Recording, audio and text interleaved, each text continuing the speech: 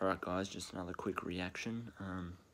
There's actually only one animated horror story, not three. I was wrong, but it goes for about 6 minutes, so that's right. Yeah, just another quick one tonight, so let's get straight into the reaction. I hope you guys enjoy it. This is JB Reactions, and let's get it. Yeah! Hitchhiking horror stories. 3 months after I turned 16 in 2005, I got my first car, a '99 Toyota Camry. On a warm Saturday night, when my friend Alex invited me over to one of his friend's big parties, I knew I wouldn't be in a condition to drive the Camry home afterward. So we carpooled with Alex's girlfriend, Brianna. We lived in the countryside of Virginia, meaning less big parties, meaning when there was a big party, it was a huge deal and everyone would go. We lived about 5 to 10 minutes away from this kid's house. I knew where he lived as I was acquainted with him, but not exactly friends. The whole ride there, we took the same 2-lane highway type road through the woods, and this kid's house was actually on this road further down. At certain points on this road, there were a few houses on either side, and then it would just go back to being a long, empty highway again. The house was tiny, like a lot of houses around the area, but the party was held outside anyways, since his closest neighbors were relatively far away, and noise wasn't an issue.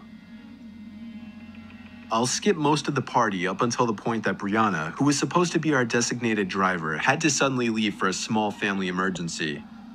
Alex said it was fine and that we'd find a ride home. Well, fast forward another few hours and another few drinks, and I could barely even walk straight. Smashing them, dude. I checked my watch, and it was like 2 in the morning. I figured it was time to go. I started looking for Alex, but I couldn't find him anywhere. In fact, it seemed like everybody I knew had already left. I could barely even think straight, but I was still furious at the fact that Alex could have actually left without me. I asked to use the party host's phone and dialed Alex's home number. After 2 tries, I gave up and then realized I shouldn't wake his family up. So, literally not knowing what else to do, I dizzily stepped out onto the road and began walking back home. No. I knew this walk would take anywhere from half an hour to an hour in my condition. Why would you do that? Maybe after 15 minutes of walking down the road, the slight shine of car headlights on the road was fading in from behind me. Jumping for joy inside, I lifted up my arm and stuck out my thumb. Idiot. As the car neared, it slowed down and came to a stop right next to me. The man driving the '98 Ford Explorer rolled down the window and asked where you headed. I told him my house was just down the road and beyond a right turn, probably slurring my words beyond comprehension. He chuckled and told me to hop in.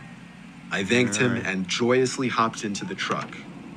I was exhausted, and I remember completely disregarding things the guy was asking me because I was so close to just passing out. And that's what happened.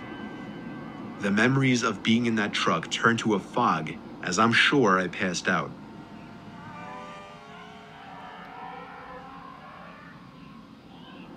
The next thing I remember, I woke up still in the moving truck. The guy looked at me and laughed, but didn't say anything. I looked around and realized the road we were on wasn't familiar. I nervously asked, where are we going? He then said, so what were you doing out this late anyway? As the man answered my very straightforward question with another irrelevant question, the sobering reality of the situation hit me. You can let me out anywhere, I told the man. Just build it. The man responded with a firm no.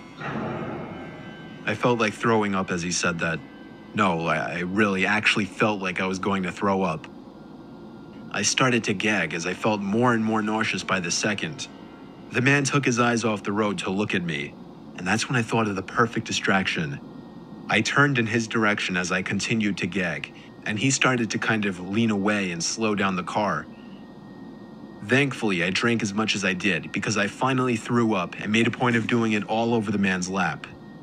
The man yelled in frustration and stopped the car, and that's when I took it upon myself to run for my life into the woods and duck behind a few bushes.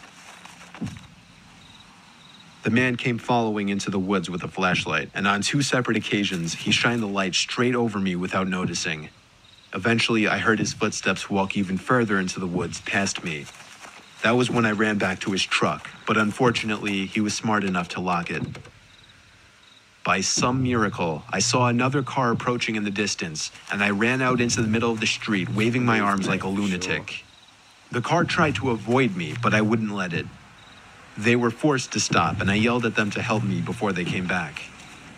Once I told them that I was kidnapped by the man who was driving that Ford Explorer, the driver agreed to give me a lift. Not to the police station or anything, but to my house. I made it back safely, where I couldn't thank the driver enough.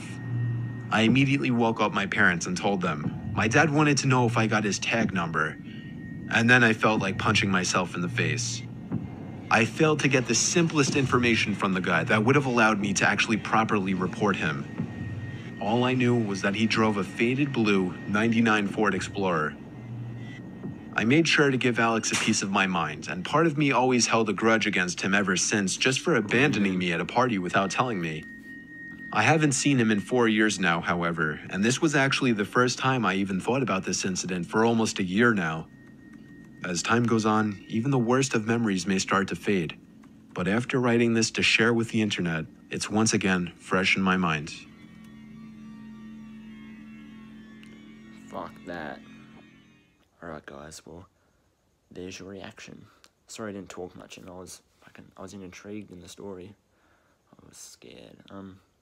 Now I've got people coming over now, so we're gonna wrap things up quick. So I hope you guys enjoyed the video. I hope you guys enjoyed the reaction. Like, comment, subscribe, anything you want.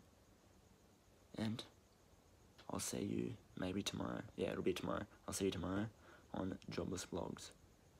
Take it easy. Donate. No, seriously.